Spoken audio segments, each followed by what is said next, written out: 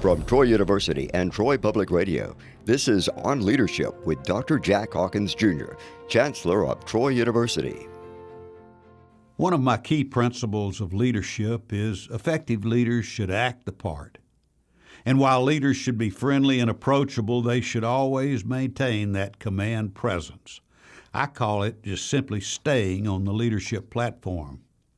Leaving that platform can create problems, as I found out early in my career. Before I became Chancellor of Troy University in 1989, I spent 10 years as president of the Alabama Institute for Deaf and Blind.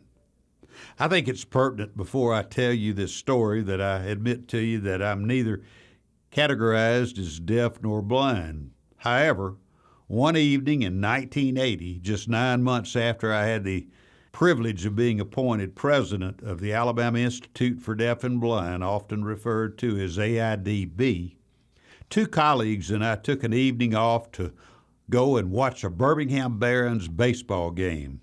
And during the fifth inning of that game, an official with the Barons came up to me and asked me to compete in a baseball throwing contest that would occur during the seventh inning stretch.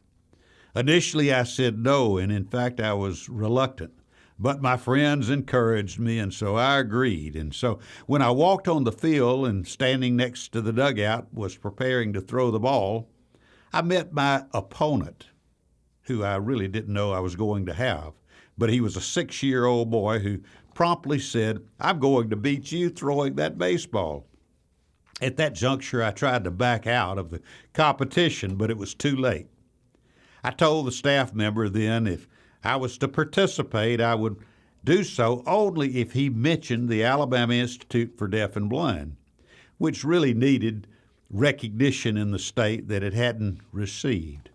That staff member agreed, and he relayed the instructions to the public address announcer to introduce me as being with the Alabama Institute for Deaf and Blind. Well, that little boy was as good as his word, and he did better than I did throwing that baseball. And as I threw that third pitch, only to miss the entire board, there were mock cheers and hearty booing from the crowd. And as I walked back to my seat, I was startled to discover how many people I knew in the crowd, and they were having fun with me. The next day, I was at my desk when I received a call from a friend of mine who said, "I saw you at the ball game last night." And my response was, "Yeah, you and practically everyone else I know."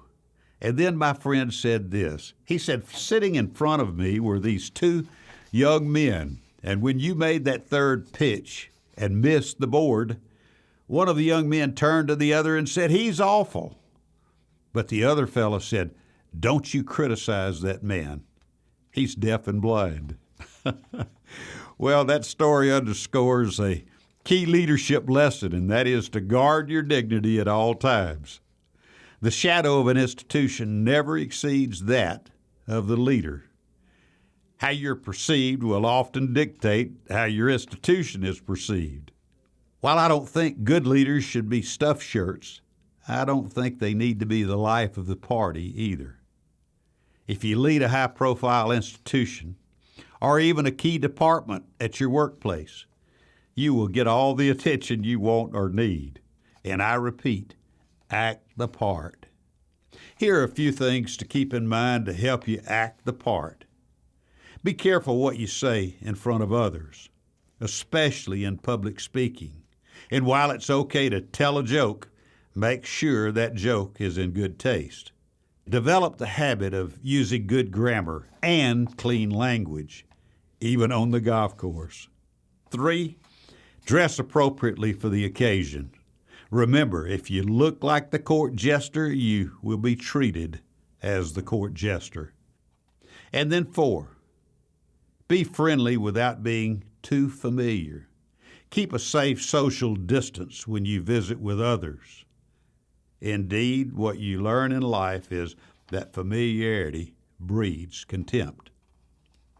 Being an effective leader is more than assuming a title. It's about cultivating an identity and establishing a mindset. Act like a leader, and others will often give you the benefit of the doubt. And remember, The shadow of an institution reflects the shadow of its leader. Until next time, I thank you. You've been listening to On Leadership with Dr. Jack Hawkins Jr., Chancellor of Troy University. On Leadership is available wherever you get your podcast.